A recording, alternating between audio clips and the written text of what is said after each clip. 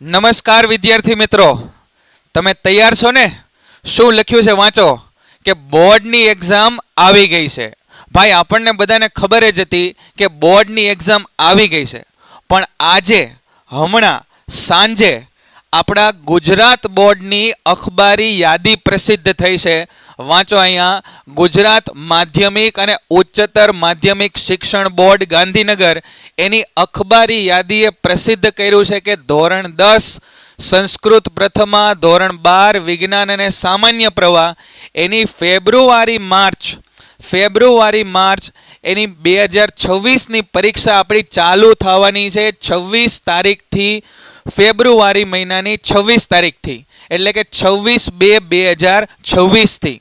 અને આપણું detail time table એટલે આપણા 10મા ધોરણનું ડિટેલ ટાઈમ ટેબલ આપણે અત્યારે જોઈએ તો ડિટેલ ટાઈમ ટેબલ બેટા આ પ્રમાણે છે. તો જુઓ, આ બોર્ડની અપલોડ કરેલી પીપીટી પીડીએફ જેને આપણે જોઈએ છીએ કે જેમાં આપણું ટાઈમ ટેબલ કંઈક આ પ્રમાણે છે. 26 તારીખે ગુરુવાર અને પહેલો પેપર છે બેટા આપણી માટે ગુજરાતી પ્રથમ ભાષાનો પેપર છે પહેલો 26 તારીખે. પછી 27 તારીખે છે રજા અને એમાં આપણે વાંચવાનું છે 28 તારીખે શનિવારે છે વિજ્ઞાનનો પેપર એનું, બરાબર, વિજ્ઞાનનો પેપર. અહીંયા આગળ વિષય અને વિષયના કોડ લખેલા છે. અહીંયા આગળ વિષય અને વિષયના કોડ લખેલા છે. અને આપણો સમય રહેવાનો છે બેટા 10 વાગ્યાથી લઈને 1:15 સુધી, 10 વાગ્યાથી લઈને 1:15 સુધી, બરાબર. તો 26 તારીખે પહેલો પેપર ગુજરાતીનો, પછી 27 તારીખે રજા, પછી 28 તારીખે પેપર છે આપણો વિજ્ઞાનનો શનિવારે, પછી 28 તારીખ, પછી પહેલી, બીજી, ત્રીજી અને ચોથી તારીખે આપણો પેપર છે બુધવારે સામાજિક વિજ્ઞાનનો. એટલે ઘણી રજા મળી અને સામાજિક વિજ્ઞાનમાં, અને જરૂર જ હતી સાહેબ સામાજિક વિજ્ઞાનમાં રજાની.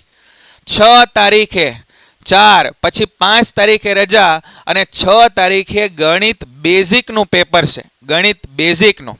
અને પછી 7, 8 તારીખે રજા અને ફરીવાર પાછું 9 તારીખે ભાઈ સ્ટાન્ડર્ડ ગણિતનું પેપર છે.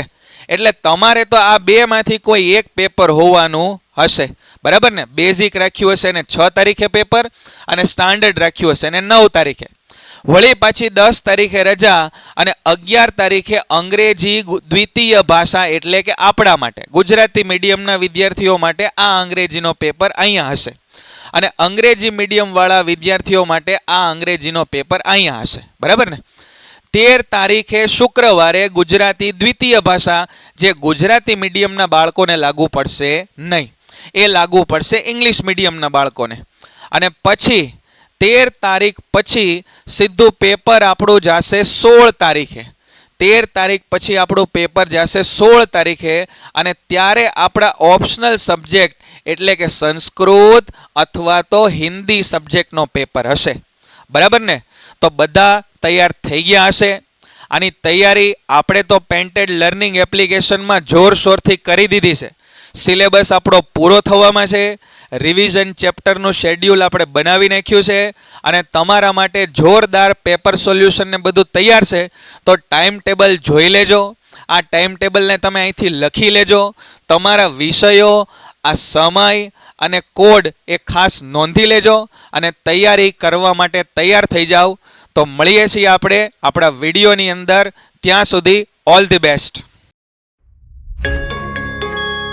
Painted Painless Learning.